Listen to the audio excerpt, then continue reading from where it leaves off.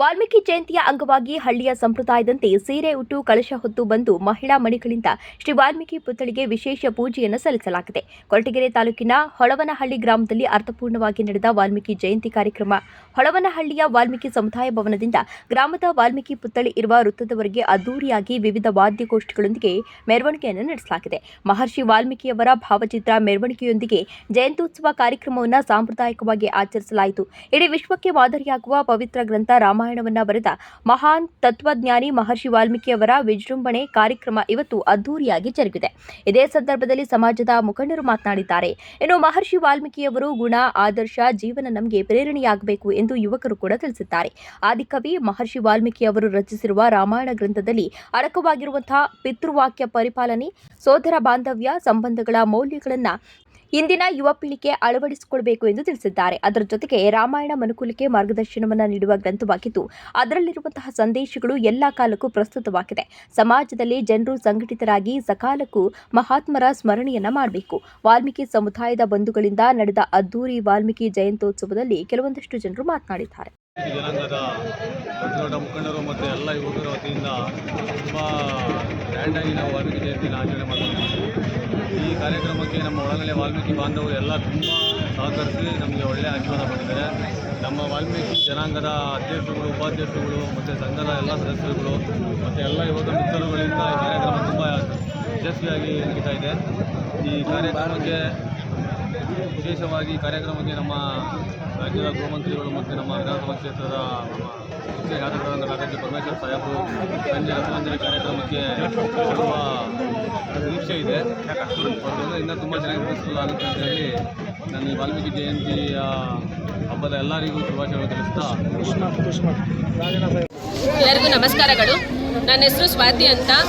ಈ ದಿನ ನಾವಿಲ್ಲೆಲ್ಲಾನು ಏನಕ್ಕೋಸ್ಕರ ಇಲ್ಲಿ ಭಾಗವಹಿಸಿದ್ದೀವಿ ಅಂದರೆ ನಮಗೆಲ್ಲ ಗೊತ್ತಿರೋ ಥರ ಇವತ್ತು ನಾವು ವಾಲ್ಮೀಕಿ ಜಯಂತಿ ಶ್ರೀ ಮಹಾನ್ ವ್ಯಕ್ತಿಗಳಾದಂಥ ವಾಲ್ಮೀಕಿರವರು ರಾಮಾಯಣ ಬರೆದಿದ್ದಾರೆ ಅಂತ ನಮಗೆಲ್ಲರಿಗೂ ಗೊತ್ತು. ನಾವಿವತ್ತು ಅವರ ಜಯಂತಿಯನ್ನು ಇಷ್ಟು ಸಡಗರ ಸಂಭ್ರಮದಿಂದ ನಮ್ಮ ಮನೆಯ ಹಬ್ಬದ ರೀತಿಯಾಗಿ ಆಚರಿಸ್ತಿದ್ದೀವಿ.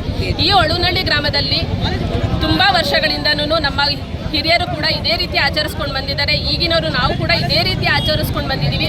ಈಗ ಮುಂದಿನ ಮಕ್ಕಳೇನಿದ್ದಾರೆ ಅವರು ಕೂಡ ಇದನ್ನೆಲ್ಲದನ್ನು ಈಗೆಲ್ಲನೂ ಈ ಥರ ಸಂಪ್ರದಾಯನೇ ಮರ್ತೋಗ್ತಿದ್ದಾರೆ.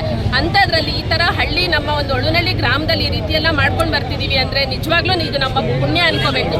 ಇದೇ ರೀತಿ ಸಂತೋಷವಾಗಿ ನಮ್ಮ ಮನೆ ಹಬ್ಬ ಅಂತ ತಿಳ್ಕೊಂಡು ಎಲ್ಲ ನಮ್ಮ ಹೊಳವನಹಳ್ಳಿ ಗ್ರಾಮದ ಗುರು ಹಿರಿಯರು, ಮಕ್ಕಳು ಪ್ರತಿಯೊಬ್ಬರು ಇಲ್ಲಿ ಎಲ್ಲ ನೋಡ್ತಿದ್ದೀವಿ. ಹೆಂಗಸರುಗಳು ಎಷ್ಟು ಚೆನ್ನಾಗಿ ಅಲಂಕಾರ ಮಾಡಿಕೊಂಡು ಕಳಶಗಳನ್ನ ಹೊತ್ಕೊಂಡು ವಾಲ್ಮೀಕಿ ಜಯಂತಿ ಅಂದರೆ ಅವರ ಮನೆತನದ ಹಬ್ಬ ಅಂತ ಭಾವಿಸ್ಕೊಂಡು ಇಲ್ಲಿ ಮಾಡ್ತಾ ಇದ್ದಾರೆ. ಇದೇ ರೀತಿ ಪ್ರತಿ ವರ್ಷವೂ ಇನ್ನೂ ಚೆನ್ನಾಗಿ ಮುಂದುವರಿಸ್ಕೊಂಡು ನಾವು ಹಬ್ಬ ಮಾಡಬೇಕು ಅಂತೇಳಿ ಆ ವಾಲ್ಮೀಕಿ ಜಯಂತಿಯ ಹಾಗೂ ಈ ಹೊಳವನಹಳ್ಳಿ ಗ್ರಾಮಸ್ಥರ ಆಶೀರ್ವಾದ ಬೇಕು ಅಂತ ಕೇಳ್ಕೊಳ್ತಾ ನಾನು 2 ಮಾತುಗಳನ್ನು ಮುಗಿಸ್ತಾ ಇದ್ದೀನಿ. ನಮಸ್ಕಾರ. ನಾವು ಹೇಳಬೇಕು ಅಂದರೆ ಹೊಳವನಹಳ್ಳಿಯಲ್ಲಿ ಇದು ವರ್ಷ ನಡೀತಿದೆ, ಜೋರಾಗಿ ವರ್ಷ ನಡೀತಿದೆ. ಏನಂದರೆ ವಾಲ್ಮೀಕಿದು ಇದೇ ಥರ ನಡೀತಿದೆ. ಈಗ ಅನ್ನ ಸಂಬರ್ಧನೆ ಆಗ್ಬೋದು, ಬೇರೆ ಇದು ಏನು ಮೆರವಣಿಗೆ ಆಗ್ಬೋದು, ಇದು ವರ್ಷ ನಡೀತಿದೆ. ಇನ್ನೂ ಜೋರಾಗಿ ನಾನು ಹೇಳೋದಂದರೆ ಇನ್ನೂ ಜೋರಾಗಿ ಮುಂದೆ ಇದೇ ಥರ ಮಾಡಬೇಕು ಅನ್ನೋದು ನಮ್ಮ ಆಸೆ.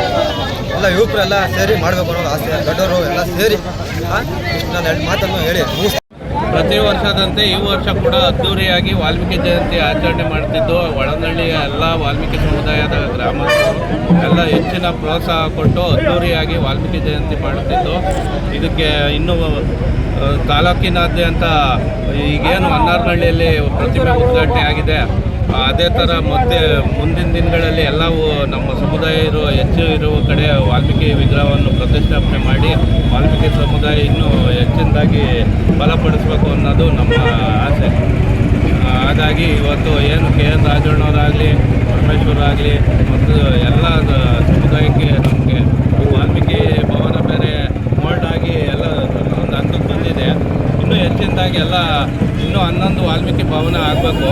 ಎಲ್ಲ ಮುಂದಿನ ದಿನಗಳಲ್ಲಿ ಆಗಲಿ ಅಂತ ನಾನು ಕೇಳ್ಕೊತೀನಿ.